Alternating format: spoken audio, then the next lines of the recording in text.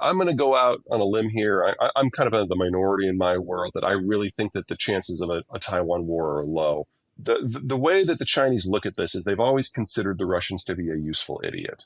And if they're thinking of doing something that's going to stir the pot, they kind of nudge the Russians to try it first to see how it goes.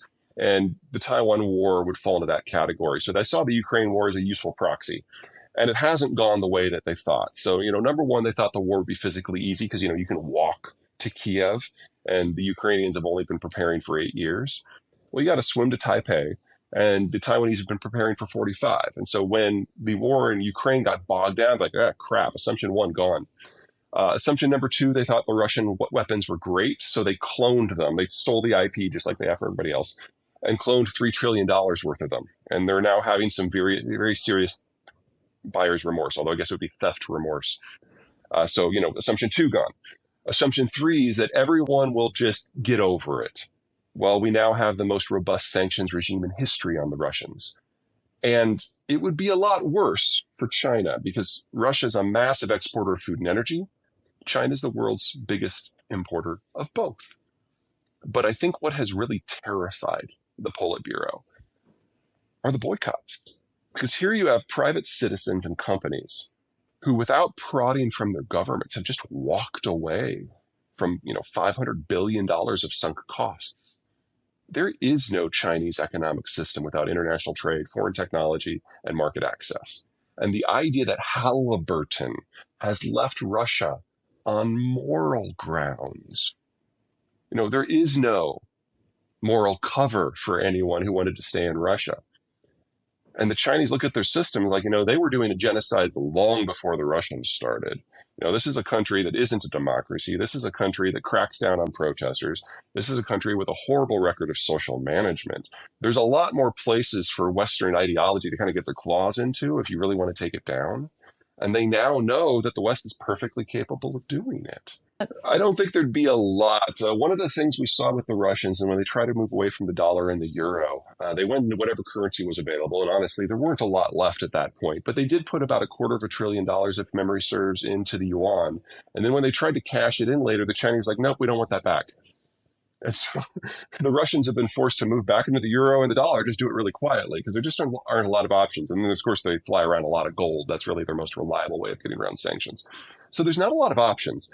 In the case of the Persian Gulf, there might be some room there because the Saudis in particular, now that the United States is no longer their largest consumer and no longer their security guarantor, they've been looking for a new friend. The Chinese have come in with a lot of money and a lot of demand. And so the Saudis have done kind of a co-investment thing in industrial plant in China and refineries, just like they did in the United States. And having a yuan trade for that specific sales line, that makes a degree of sense. But keep in mind that if there is a conflict that involves China and the United States, no ships will be coming and going from China. So the Saudis know full well that if you are involved in a hot war with the United States, your tankers don't go there. And so there would be no point in a hot war scenario for the Saudis to do that. Yeah, in a hot war scenario, we are talking about the deindustrialization of the Chinese system and famine within a year, because this is a country that imports 75% of its energy and 75% of the inputs that allow it to grow its own food. If, I don't think there will be, if we do have a conflict over Taiwan that does involve either Japan, the United States, Vietnam, or India, because any one of them can do this, that is the end of China as a modern industrialized power with over 1 billion people. It's set apart from most of the world's problems. It's the first stop on the shipment route from Persian Gulf to the oil markets of Asia. It's never going to have an energy crisis. And its security issues with Pakistan and Bangladesh, not that they're minor, but they're kind of ossified. And they only are going to boil up into a hot war if something goes really, really wrong in multiple places. So I don't think it's very likely. So the problems of India aren't going to go away. So the digitalization, for example, that you brought up, that can happen, but never for the whole population. But that's okay.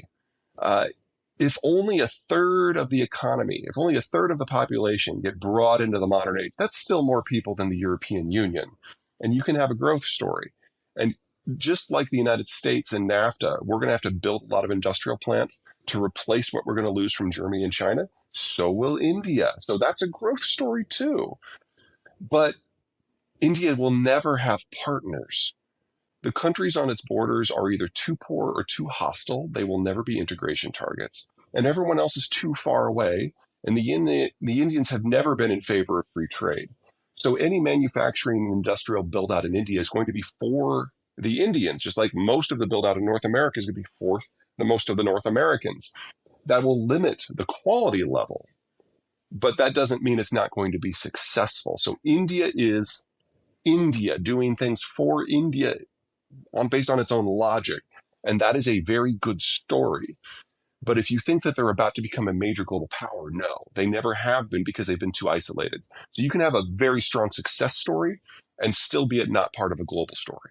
Uh, and you're right, it's not a left versus right thing. It's a dictator versus non-dictator. It doesn't matter where in the political spectrum you can. We've had plenty of examples, or it doesn't matter where in the political spectrum you've come from. We've got plenty of examples from across the spectrum of how you just have individuals who have decided that they are the big man.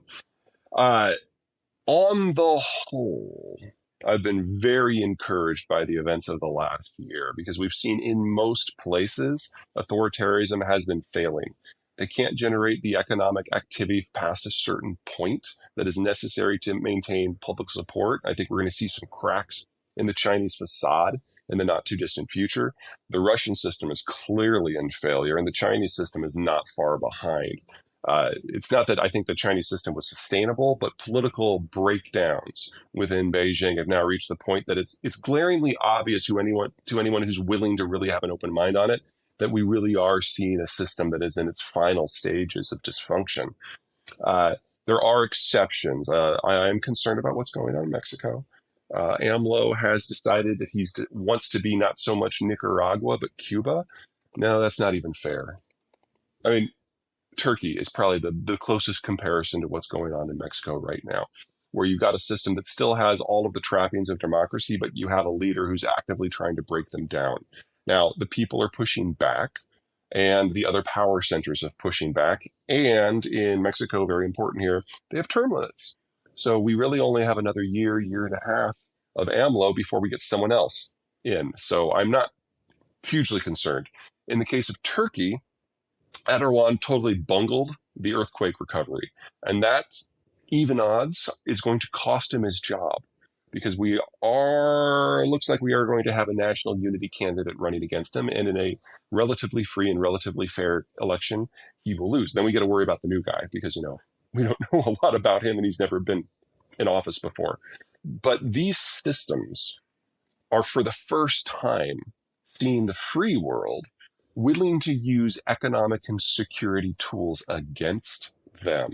That is new. One of the tenets of globalization was the idea that in time, economic growth and integration will force all these systems to move for democracies. And throughout the 90s and the 2000s, there was a lot of reason to think that that was true. And then it flipped in the 2010s. We're now seeing that if the West and the free world decide to weaponize what they have, they can really tear some stuff up. And so I'm not sure we're getting into the Biden administration's idea of the autocracies versus the democracies, and it's a fight to the end. Way too soon to say that that's how it's going to go. But at a minimum, there's a lot of serious thinking going on. And you can see very easily the difference between the authoritarian systems, your Mexicos, your Indias, your Turkeys, and your dictatorial systems, your Russias and your Chinas, where the decision making cannot happen anymore because the information flows to the guy at the top have broken down. In the other cases, you may have egotistical leaders that don't like to hear things they don't want to hear, but they're still hearing it. And so there's a degree of awareness, there's a degree of plurality that does not exist in places like Beijing or Moscow.